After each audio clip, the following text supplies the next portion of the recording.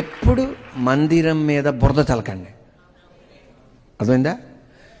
ఏ మందిరాల మీద అయినా, ఇంకొక దైవజనుడు అయినా మన ఏ మందిరం మీద మీరేం చేయకండి, బురద. సాయం చేయండి, లేకపోతే నోరు మూసుకున్నాను అంతే. అర్థమైందా?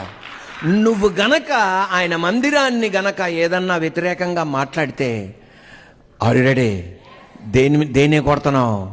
బండను కొడుతున్నావు. నువ్వు అబ్బా అబ్బా అని నడవాల్సి వస్తుంది. కరెక్ట్, నడవాల్సి వస్తుంది. మందిరం మీద బురద జల్లకండి, నీకు అనవసరం.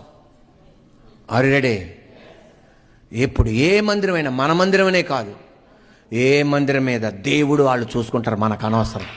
ఇసుక కోటలు అంటే పెద్ద పెద్ద ఇసుక కోటలు కట్టేవాడు ఒక అన్నాడు.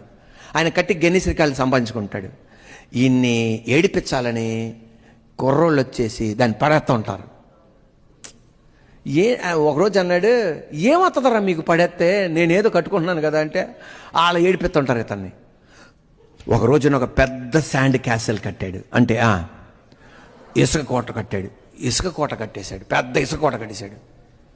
మళ్ళా ఏడిపించే వాళ్ళు కొంచెం ఎక్కువ మంది వచ్చారు. వీళ్ళందరూ బూట్లు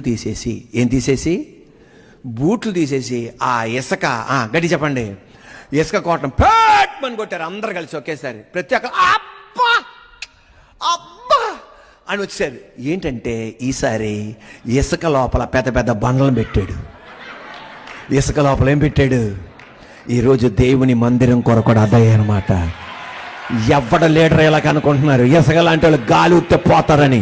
కానీ ఒక బండ మీద కట్టబడుతుంది కనుక సమాధానం, భద్రత నీకుంది.